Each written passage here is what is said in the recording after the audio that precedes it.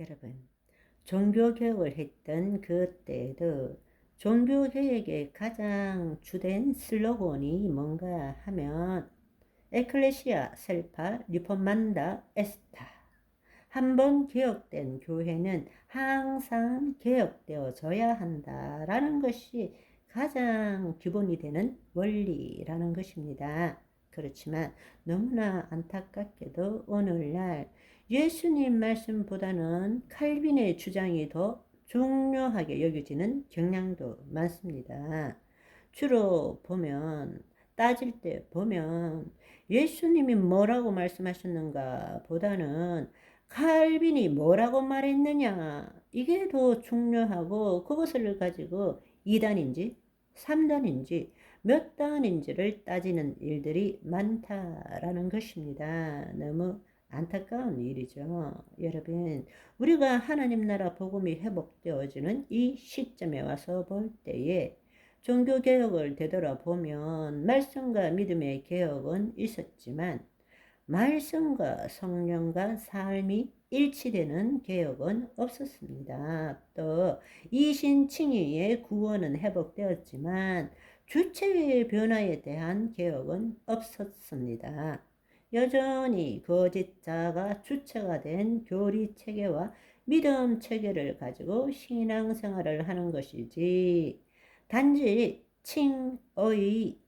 의롭다함을 받았다라고 관념적으로 생각하는 것이지, 정말 우리가 하나님의 자녀가 되었고 신성과 원복을 가졌기 때문에 주님을 나타내는 삶을 살아야 한다라는 개혁은 없었다라는 것입니다.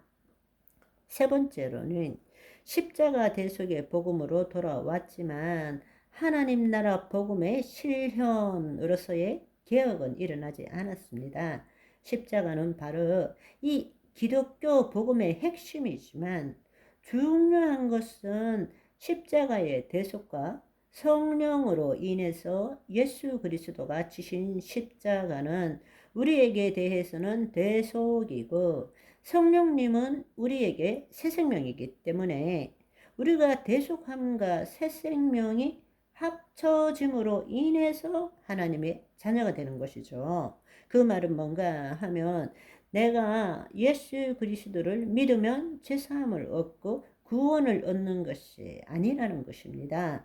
십자가는 내 죄를 사하는 것이 아니라 내가 죽어야 될 것입니다. 내가 예수 그리스도의 죽으심과 부활하심의 연합됨으로 인해서 내가 새로운 피조물, 보라 옛 것은 지나갔으니 새 것이 되었다, 그리스도 안에서 하나님의 의가 되었다 라고 말하는데, 나는 하나님의 자녀인 것을 믿습니다 라고 신앙생활을 하고 있다라는 것입니다. 십자가 대속의 복음을 제대로 알지 못하기 때문에 그런 거예요. 내가 죽고 그리스도 안에서 하나님을 나타내는 존재가 되어야 되는데, 여전히 하나님과 분리되어서 내가 예수 그리스도를 믿으면 내 제사함을 받고 천당 간다고 믿고 있는 것입니다. 그거는 있을 수 없는 이야기예요. 내가 예수 그리스도와 함께 십자가에 못 박혀 죽었나니 그런즉 이제는 내가 사는 것이 아니요 내 안에 그리스도께서 사시는 것이라고 말씀하심에도 불구하고 여전히 우리는 거짓자로 신앙생활을 하고 있는 것입니다. 그렇기 때문에 한 예를 들어서 종교개혁자인 마르틴 루터 같은 경우에는 현재적 하나님 나라의 삶에 대한 이야기가 나와 있는 야고보서를 이해할 수가 없었습니다. 그 당시에는 캐톨릭에 대한 반발로 종교개혁이 일어났기 때문에 오직 믿음으로 구원을 얻는 것이지 행위 구원이 아니다, 그거는 맞는 말이에요. 그렇지만 야고보서는 행위 구원에 대한 것이 아니라 행위 심판에 대한 것입니다. 하나님 나라가 임했기 때문에 어떻게 살아야 되느냐? 행동 없는 믿음은 죽은 믿음이라고 말했기 때문입니다. 그런데 그 당시로서는 그것을 이해할 수 없었기 때문에 마르틴 루터는 야고보서를 뭐라고 말했습니까?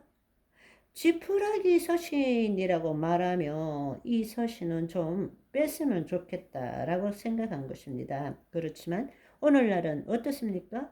이제 정말로 하나님 나라 복음이 뭔지를 알게 되었고 성령의 역사로 말미암아 그 당시만 해도 성령을 부정했지만 그 다음에 감리교, 성결교, 오순절을 통해서 성령님의 역사를 이해하게 되었고 성령님이 임하시고 우리의 몸도 통치하시고 우리의 영혼뿐만 아니라 몸도 통치하시고 이 세상에도 관여하신다는 것을 우리는 알게 되었고 체험하게 된 것입니다. 그 성령님이 진리의 영이십니다.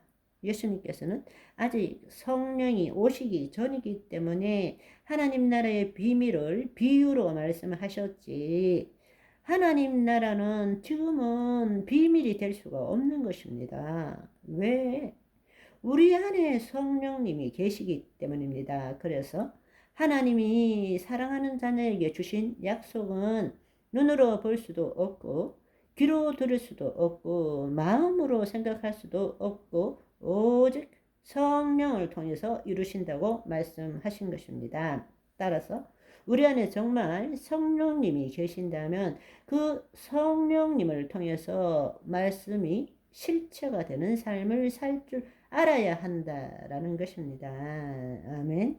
오늘은 여기까지. 봐봐.